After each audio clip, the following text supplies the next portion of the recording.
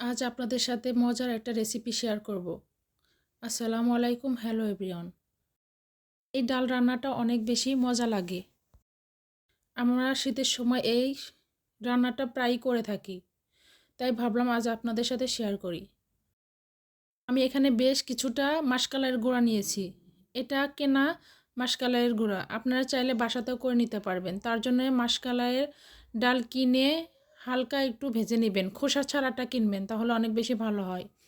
হালকা একটু তেলে নিয়ে ঠান্ডা হয়ে গেলে ব্লেন্ডারে গুঁড়ো করে নিলেই মাসকালের গুঁড়া রেডি হয়ে যাবে।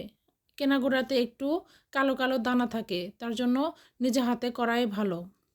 মাসকালের গুঁড়ার মধ্যে কাঁচামরিচ কুচি, আদা বাটা, রসুন বাটা, হলুদের গুঁড়া, পরিমাণ মতো লবণ দিয়ে ভালো করে কালাইটা মেখে নিতে হবে। তারপর পরিমাণ মতো পানি দিয়ে একটু পাতলা করে নিতে হবে।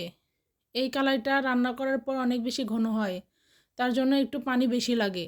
তারপর চুলাতে বসিয়ে নাড়াচাড়া করে রান্নাটা করে নিতে হবে, তাছাড়া লেগে যাওয়ার ভয় আছে।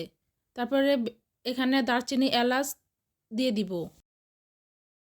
যখন ডালটা গরম হয়ে আসবে, বলক চলে আসবে, তখন তারপরে আমি এখানে বেশ কিছুটা শলুক পাতা দিয়ে দিব। আমি জানি না আপনারা শলুক পাতা চেনেন কি না, কিন্তু বগুড়ার মানুষ অনেক বেশি শলুক পাতা খেতে পছন্দ করে। শীতের সময় প্রায়ই আমরা এটা খেয়ে থাকি। বিভিন্ন তরকারিতে এই পাতাটা দিয়ে থাকি। ধনেপাতা যেভাবে ব্যবহার করা হয়, ঠিক এটাও সেভাবে ব্যবহার করা হয়। তারপরে ডালটা বারবার নাড়াচাড়া করে রান্না করে নিতে হবে। তাছাড়া তলায় লেগে গেলে পুড়ে যেতে পারে, তার জন্য নাড়াচাড়া করে রান্নাটা করে নিব।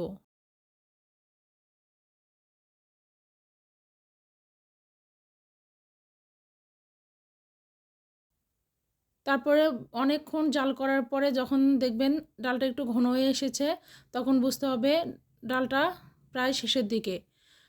এখন আমি বাগারের জন্য পেঁয়াজ বেরেস্তা করে নিব। বেশ কিছুটা পেঁয়াজ তেলে ভেজে নিব। তারপর দুটা তেজপাতা, কিছুটা জিরা দিয়ে ভালো করে নাড়াচাড়া করে বেরেস্তা করে নিতে হবে। সামান্য একটু রসুন কুচিও দিয়ে দিব।